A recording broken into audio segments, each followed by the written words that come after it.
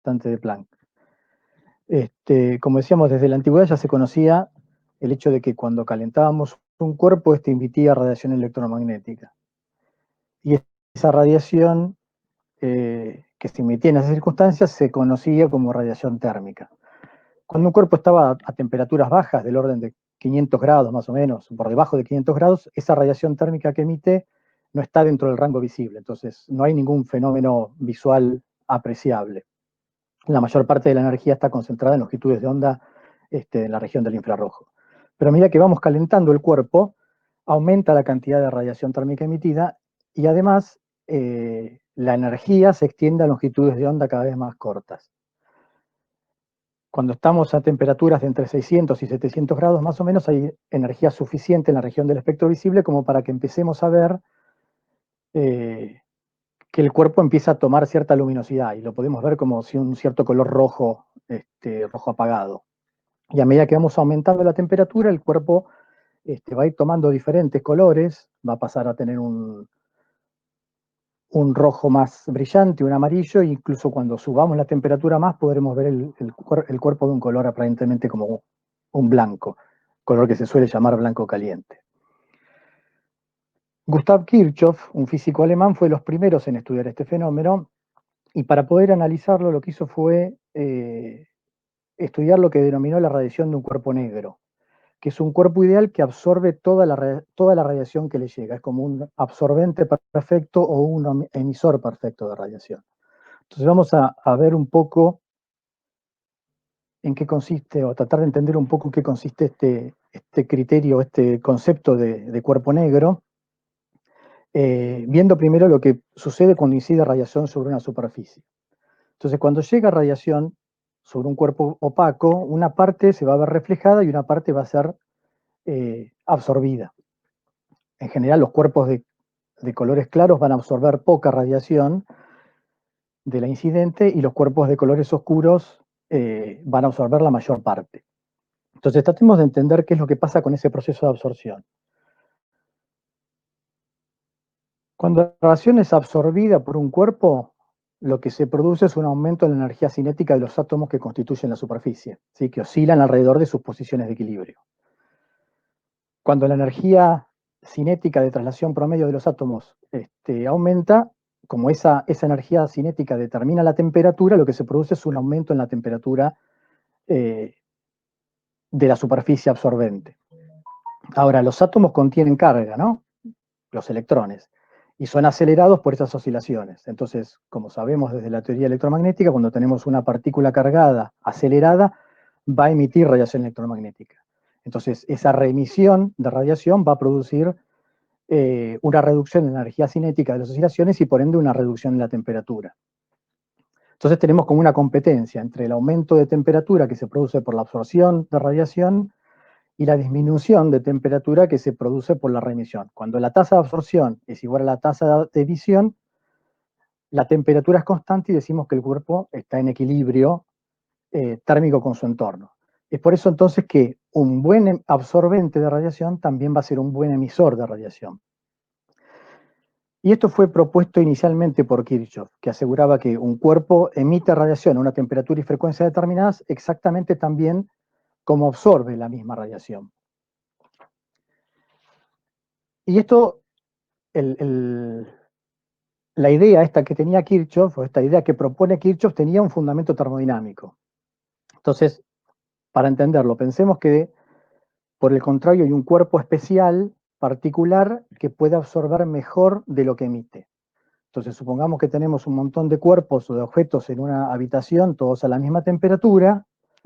Este objeto particular va a absorber mejor la energía, la radiación del resto de los objetos que lo que emite, que lo que irradia. Por lo tanto, su temperatura va a aumentar. El cuerpo se va a calentar más que el resto de la habitación, que se va a enfriar.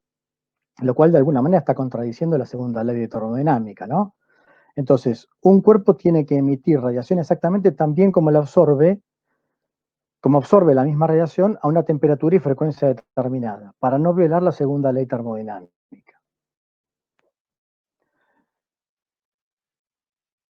Entonces, un cuerpo a una dada temperatura por encima del cero absoluto va a irradiar una cierta intensidad y una distribución de frecuencias de radiación que va a depender de la estructura propia del cuerpo. Entonces, si queremos analizar la radiación de calor, lo que tenemos que hacer es específico sobre el cuerpo que esté irradiando, ¿no? Si el cuerpo es claro, sabemos que va a absorber menos que si el cuerpo es oscuro. Entonces, un poco para tener esto en cuenta, para empezar a analizar esa radiación de calor, el caso más simple posible es un cuerpo ideal que es un absorbente perfecto. Y por tanto, según lo que estuvimos analizando recién, también va a ser un emisor perfecto. Entonces, este cuerpo que absorbe toda la radiación que incide sobre él es lo que se denomina, o lo que Kirchhoff denominó, un cuerpo negro ideal. Y ese es el objeto de estudio que él tomó para poder analizar este tipo de emisión o la emisión espectral de los cuerpos.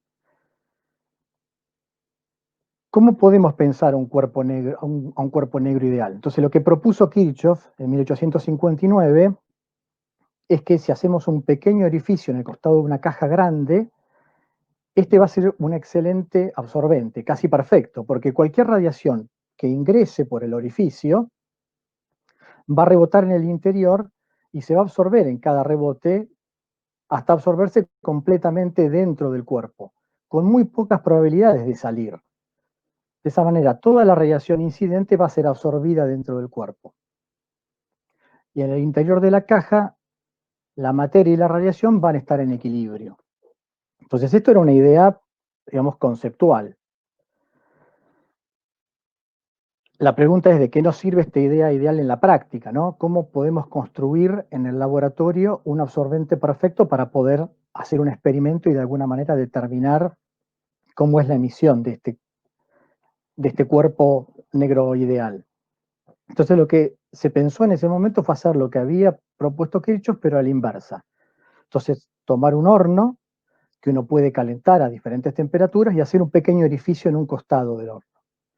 De esa manera, la radiación que sale por el orificio va a ser una muy buena representación del emisor perfecto. Acuérdense que un absorbente perfecto también es un emisor perfecto.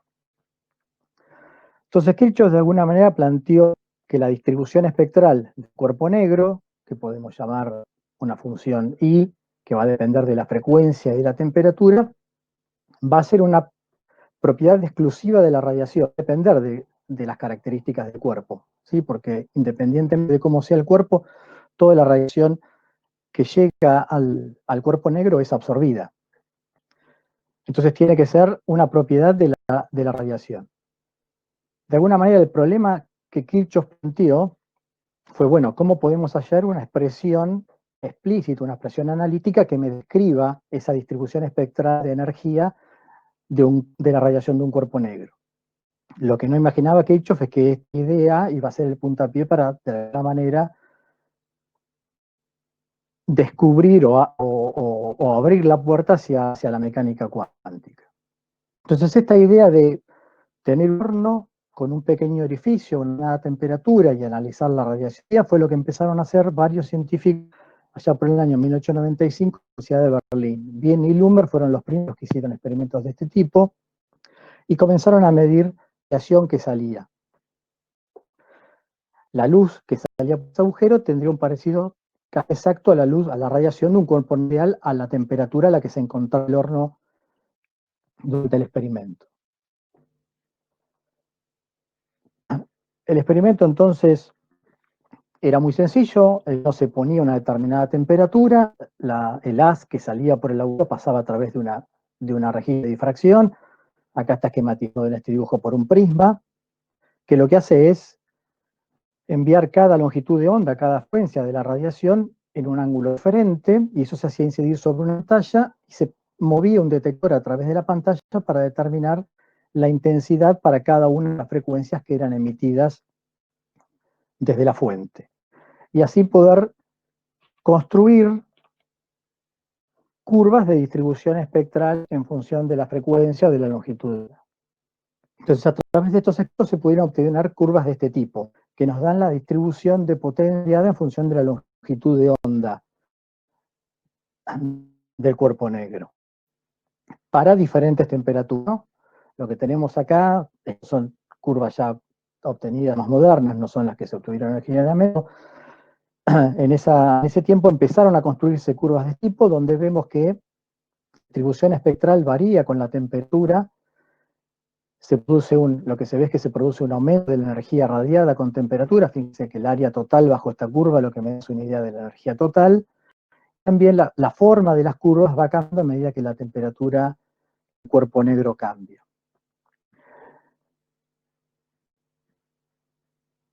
Las primeras cosas que permitieron verificar resultados fue una expresión que había encontrado Joseph Stefan en el 1979 para la potencia total radial de un cuerpo negro ideal y la temperatura, que da una relación con T a la cuarta. Es decir, que había un aumento de la potencia, energía total radiada por un cuerpo negro con T a la cuarta en función de la aumentación de la temperatura. Y eso fue uno de los primeros resultados que se pudo verificar para los primeros resultados que se obtuvieron con la medición de la distribución espectral de un cuerpo negro. Esta medición posteriormente fue derivada también por Boltzmann a partir de consideraciones de termodinámica clásica, por eso en general se conoce como ley de Stefan Boltzmann.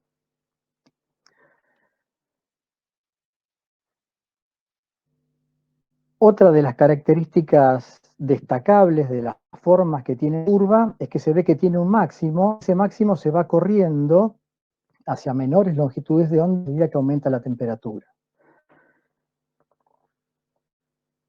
Y uno de los físicos que trabajó en estos estudios, bien, un físico alemán, propuso que había una relación entre el máximo de emisión para cada temperatura y la temperatura tal que el producto era constante.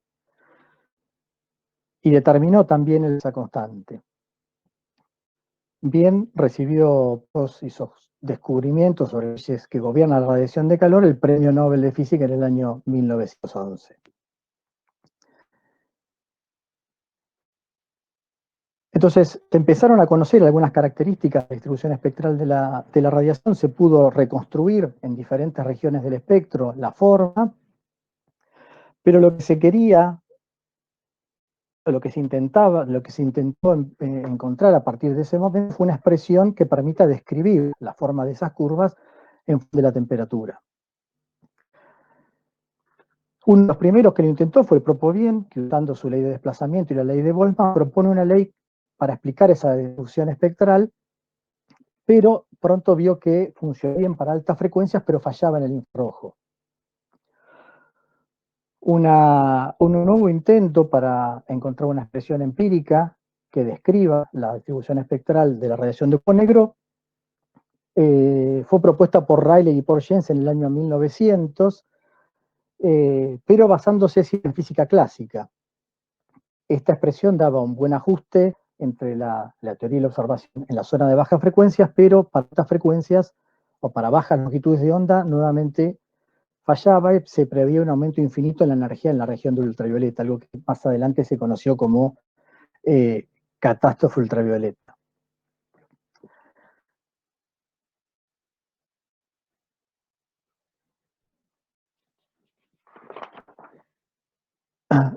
Finalmente, en el año 1900 va a llegar el físico alemán Max Planck, que va a hacer una proposición reaccionaria para tratar de encontrar una fórmula que presente la distribución de energía en forma razonable.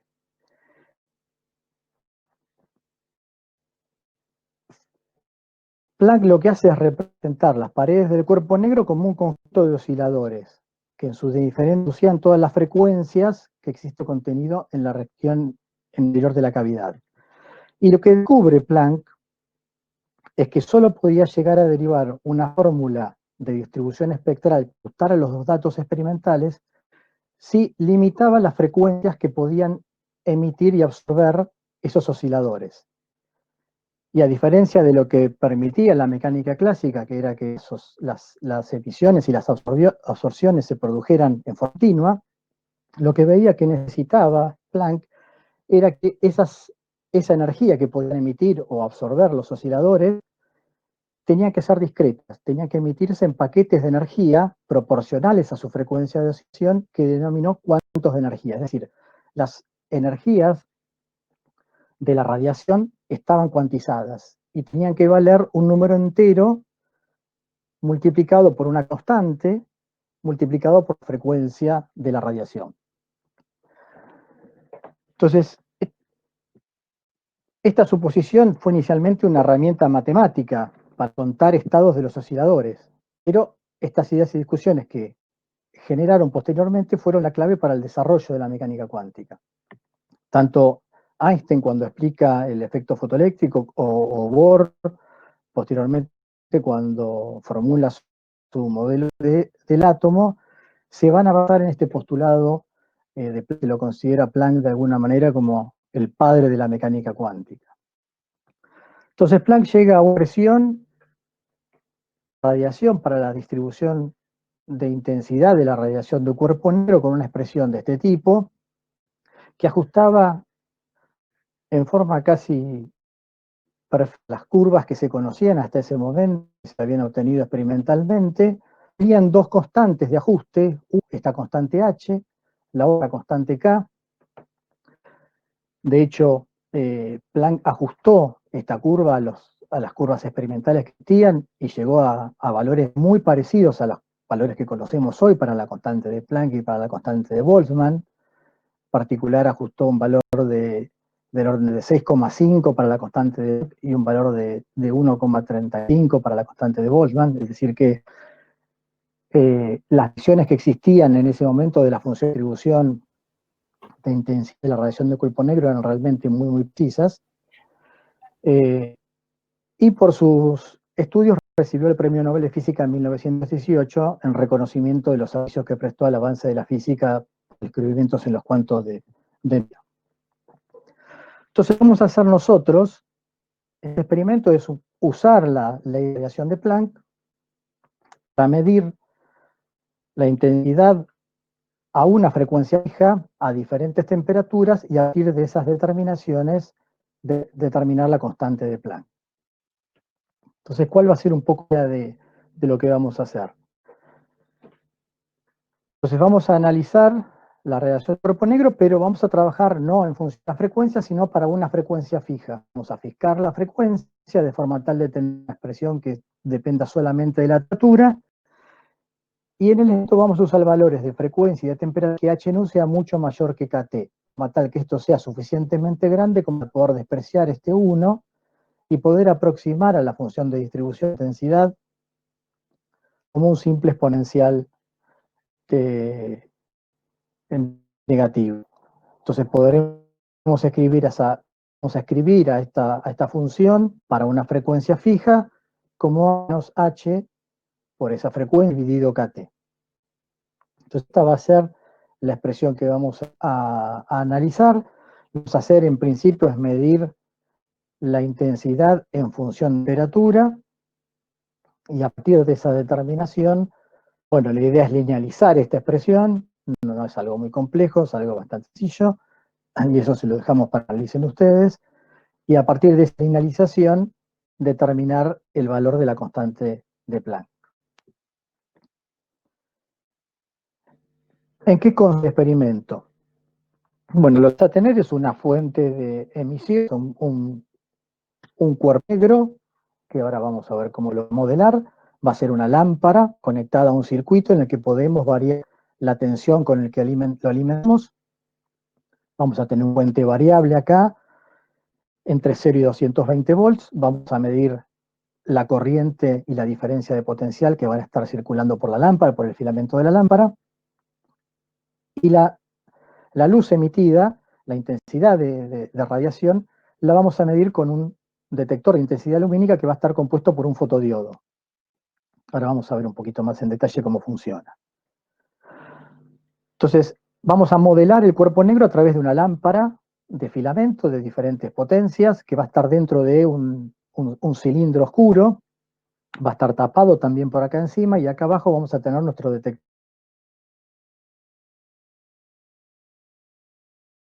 de intensidad lumínica, el fotodiodo. Para poder determinar la temperatura, me permite relacionar la temperatura con la resistencia. Para poder determinar la resistencia, la temperatura va a depender de la temperatura ambiente y de la resistencia del filamento a la temperatura ambiente. Entonces estas vamos a hacer dos cosas que tenemos que medir antes de empezar el experimento.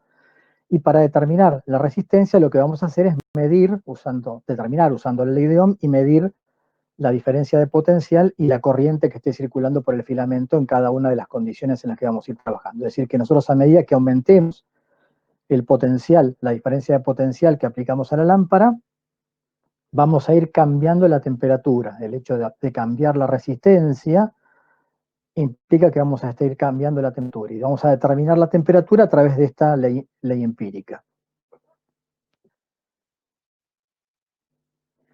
Para determinar la intensidad lumínica que se está emitiendo, lo que vamos a hacer es utilizar como detector un fotodiodo. Un fotodiodo es un diodo polarizado inversamente. Un diodo es vamos a hablar un poquito más en detalle más adelante de lo que es un detector semiconductor, pero pensemos a un diodo como una juntura PN, o sea, dos semiconductores,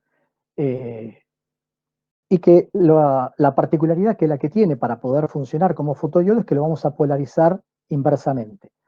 Si vemos cómo reacciona, cómo funciona un fotodiodo, en este gráfico graficamos la corriente en el fotodiodo en función de la diferencia de potencial aplicado. Cuando el fotodiodo funciona con la polarización directa, lo que vemos es que la corriente del fotodiodo aumenta muy fuertemente en un punto determinado en el que se conoce como punto de encendido, o sea, a partir de aproximadamente 0,5 volts en el caso de un diodo de silicio, y ya para 0,7 volts puede llegar a corrientes muy altas.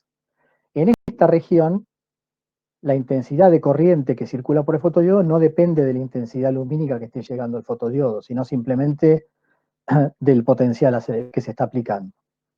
Ahora, en la región de polarizado inverso, es decir, cuando ponemos la fuente de forma tal que circule una corriente del sentido opuesto a la flecha del fotodiodo, ocurre una cosa diferente. Entonces, cuando llega intensidad lumínica, lo que vemos es que, cuando no llega intensidad lumínica, lo que vemos es que hay una corriente que se conoce como corriente oscura, que es una corriente muy pequeña y que es prácticamente constante independientemente del potencial que le estemos aplicando al fotodiodo. Ahora, cuando llega intensidad lumínica, cuando llegan fotones luminosos al fotodiodo, esa corriente inversa empieza a aumentar. Y es mayor cada vez cuanto mayor es la intensidad lumínica que llega al fotodiodo. Entonces podemos usar el fotodiodo como un detector de intensidad lumínica, porque además lo que se observa, si graficamos la corriente inversa en función de la iluminancia que llega al fotodiodo, es que hay un comportamiento lineal cuando superamos un cierto valor de corriente. Entonces lo que tenemos que hacer es asegurarnos de estar por encima de esa corriente oscura y a partir de un determinado valor va a haber una relación proporcional entre la corriente inversa que esté circulando por el fotodiodo y la intensidad lumínica que está llegando al mismo.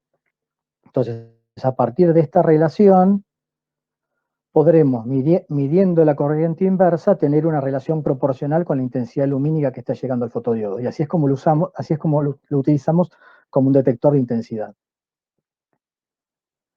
En realidad, como esta corriente inversa es una corriente muy, muy pequeña y es difícil de medir, lo que vamos a hacer es usar un circuito amplificador que lo que va a hacer es convertir esa corriente inversa en una diferencia de potencial. Entonces, simplemente por ley de Ohm, la diferencia de potencial a la salida del amplificador, que es realmente lo que nosotros vamos a medir, va a ser proporcional a esa corriente inversa que se produce. Por lo tanto, lo que vamos a tener es una proporcionalidad entre la diferencia de potencial que medimos a la salida del circuito amplificador con la corriente inversa con la intensidad lumínica. Entonces, recordando un poco las ecuaciones que teníamos, lo que tenemos es que la intensidad lumínica tenía esta relación con la temperatura. Lo que nosotros vamos a tener no va a ser la intensidad lumínica, sino que vamos a medir algo que va a ser proporcional a esto. Pero fíjense que cuando linealicemos esta expresión, lo que tenemos que hacer, yo se los dejo como tarea, no lo hice, pero va a ser aplicar logaritmo y el logaritmo de las constantes que estén multiplicando van a quedar como sumas, entonces eso me va a quedar simplemente como un término aditivo en la relación lineal que encontremos, y linealizando esto vamos a poder encontrar la constante de Planck como la pendiente de la relación lineal a la que vamos a llegar. Y todas las constantes multiplicativas, esta A y todas las constantes multiplicativas que aparecen en la intensidad lumínica que no conocemos, que me da la relación entre diferencia de potencial, corriente inversa e intensidad lumínica, no necesito determinarlas para poder conocer la constante de Planck. Y acuérdense que la temperatura la vamos a determinar a partir de esta relación empírica midiendo la diferencia de potencial y la cúpula por el filamento, la resistencia, y habiendo medido la resistencia a temperatura ambiente y la temperatura a la que estamos dando durante el experimento.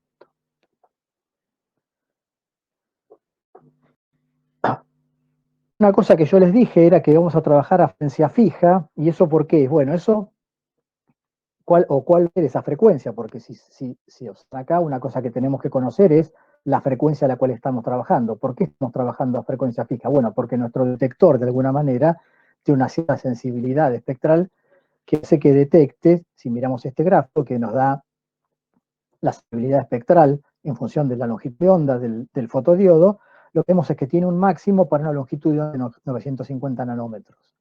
Entonces el fotodiodo no va a estar detectando, no es sensible a todas las longitudes de onda, sino que es sensible a este rango solamente de longitudes de onda. Por lo tanto, podemos pensar que vamos a estar trabajando a una longitud de onda media de 950 nanómetros, más o menos algún intervalo que van a tener que ustedes determinar a partir de analizar la forma de la sensibilidad espectral del fotodiodo. Acá se muestra también la respuesta lineal que tiene el fotodiodo en función de la irradiancia, los diferentes valores de corriente inversa que presenta en función de la irradiancia, y esto me da este último gráfico me da la sensibilidad angular, que no tiene demasiado interés en este caso, simplemente me sirve para pensar un poco la geometría con la cual tengo que planificar un experimento si voy a usar este fotodiodo como sensor lumínico. Entonces acá, fundamental es analizar esta curva para poder determinar la frecuencia media que vamos y asignarle un error a esa frecuencia. Hacer el análisis, la frecuencia a la que estemos trabajando, la longitud de onda, tendrá que tener una franja de error de forma tal de tener en cuenta esta curva de sensibilidad del fotodiodo. Encontré que tenía una foto del experimento que hicimos el año pasado, entonces esto es un poco la disposición experimental. Entonces fíjense que acá tenemos un portalámpara, acá adentro está la lámpara que usamos como modelo de cuerpo negro, que está metido dentro de este cilindro oscuro, y acá abajo está el fotodiodo, esta es la fuente que alimenta el fotodiodo, bueno, en realidad estos son los conectores, esta es la fuente que alimenta el fotodiodo, y medimos la diferencia de potencial a la salida del circuito amplificador que está acá adentro. Esta es la fuente variable, en la cual podemos variar moviendo este variable entre 0 y 220 volts, y medimos con estos dos multímetros la corriente que circula por el filamento y la diferencia de potencial que estamos aplicando a cada caso. Entonces, la idea del experimento es ir variando la tensión. Lo que hay que hacer es primero determinar cuál es el voltaje asociado con la corriente oscura del fotodiodo, porque acuérdense que no llega luz al fotodiodo en polarización inversa. Hay una pequeña corriente que circula, y eso es lo que conocemos como corriente oscura. Lo que hay que hacer es superar esa región de corriente oscura para entrar en la región de comportamiento lineal del fotodiodo. Entonces tenemos que hacer aumentar inicialmente la que aplicamos para superar esa corriente oscura, y a partir de ahí ir variando la tensión para ir variando la temperatura e ir midiendo la diferencia de potencial a la salida del fotodiodo que nos va a dar una corriente que está circulando mismo. Y simultáneamente ir midiendo la diferencia de potencial y la corriente que estamos aplicando a la lámpara, lo cual nos va a permitir determinar la temperatura. Entonces, bueno, acá está un poco esquematizados los pasos. Tenemos que medir la temperatura ambiente y la resistencia de la alita a temperatura ambiente, porque son dos cantidades que necesitamos para después usar esa relación empírica que nos permite relacionar la temperatura con la resistencia, y verificar la lectura del voltaje del fotodiodo cuando no circula corriente del filamento, para estar seguros que empezamos el experimento con una lectura superior a ese valor. Tenemos que ir aumentando la tensión en los extremos del filamento, entre 0 en realidad hay que ir un poquito por arriba de 0, ¿no? Asegurarse de que superamos esta corriente oscura en el fotodiodo, y para cada valor de B, medir la corriente que circula por el filamento y la tensión de salida del fotodiodo.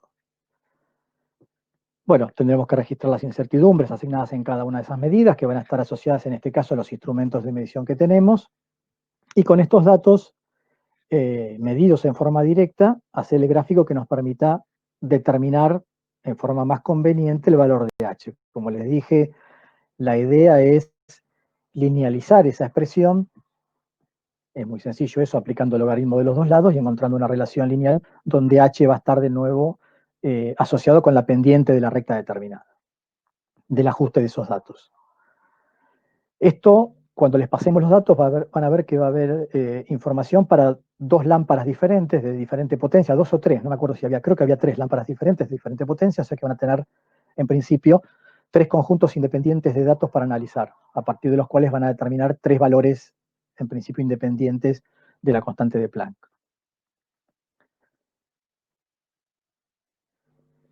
Y bueno, algunas cosas que habría que tener en cuenta, o que tendrían que tener ustedes claras a la hora de empezar a hacer el experimento, de empezar a analizar los datos, y que un poco acuérdense que esto les va a servir a ustedes de guía para las preguntas que le vamos a hacer en el parcialito de la semana que viene, del martes que viene.